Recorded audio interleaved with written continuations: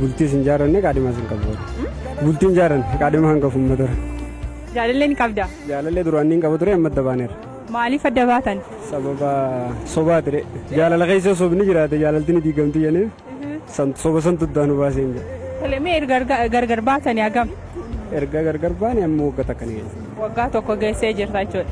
Ergasii hoo nama biraa jaalachuudhaaf yaalle? Jaalachuuf yaaleen turaa garuu nama ulaagaa keessan naa guutuu hin dafe. Hunduusi sobaa? Soboo osoo hin ta'in nama kanarraa waan jaalattu qabdaa mere. Nama ulaagaa nan jaalalaaf qabu sannaaf guutuu hin dafe. Kanaan hin dhabdee jechuudha. Mee jaalalleen kee na sobdii jettee maal fa'aa si sobdii? Maal irratti wal dhabduu? Wal dhabdeen keessan immoo maal ture? Asiinis immoo maal ergaa maalii dabarsite? Wal dhabdeen keenya guddaan beektaa jaalala keessatti namni jaalalaaf bikka kan nu qabdu. Yoo jaalalaaf bikka kan nu baatte jaalalti keessan jaalala itti fufaa ta'uu hin danda'u. Kanaaf namni waan wal jaalatu tokko jaalala keenya beekachuu danda'u qabda. Jaalalaaf immoo yeroos kan nu qabdu. Kanaaf san irratti wal dhabnee. Kan irratti wal dhabdanii jechuudha. Asiinoo ergaa natti dabarsitu maali? Mee warra wal jaalatanii warra wal kijibanii akkasumas immoo iftoomni gidduu isaanii jiru akkamiin jajjabeessita? Warra immoo akkasuma wal kijibanii maal dabarsitu? Warra iftoominni isaanii gidduu jiru iftoomina isaanii jabeeffatan. Warra immoo kijibaa fi iftoominni gidduu hin jirre jaalalaaf iftoomina barbaachisaa. Wal jabeeffadha wal jaalachuun gaariidha hin jaan. Guddaa galatoomii. Carraa kana naannoo beektii fedhasilis galatoomii. Ani deessa barsaa galaanii jedhama. Tole mee bultii yookiin jaalallee yookiin kaadhima san keessaa kam qabdu? Ani bultii jaarradheen jira. Bultii jaarrattee jirtaa? Oo bagattii si ga'eessuma. Amee walumaa. Mee daa'imman hoo qabdaa? Mucaa tokko nan qabu. Mee haadha manaa keerraa maal jaalattaa? Maal sitti tolaan? Haadha manaa koo amala ishii irratti hundaa'ee nan jaaladha. Kanuma walii galla kana. Mee bultii keessatti bultiin maal fakkaatame? Bultiin yaa bu'aa baay'ee qaba garuu jaalalli jiraannaan bultiin salphaadha. Namni tokko jaalala qabaannaan waa hunduu hin jira. Kanuma.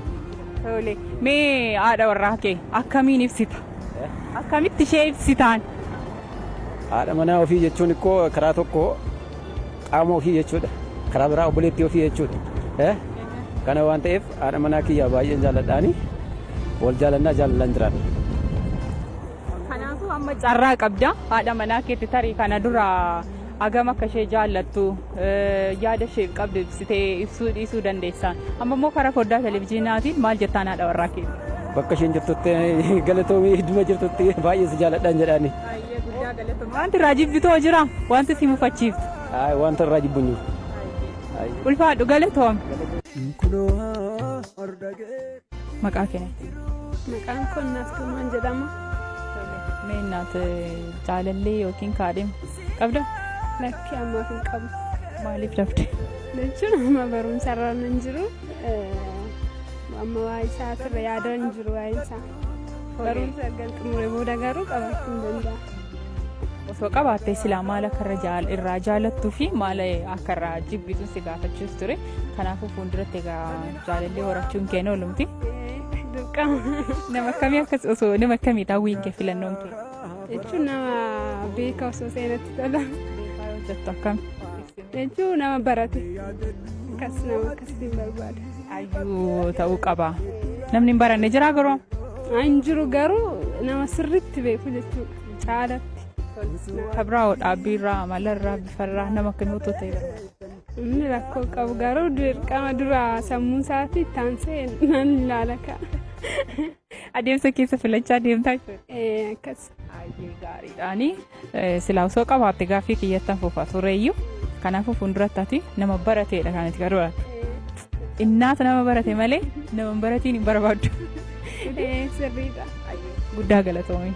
Galatoomas. Kabajamtoota daawwattoota keenya.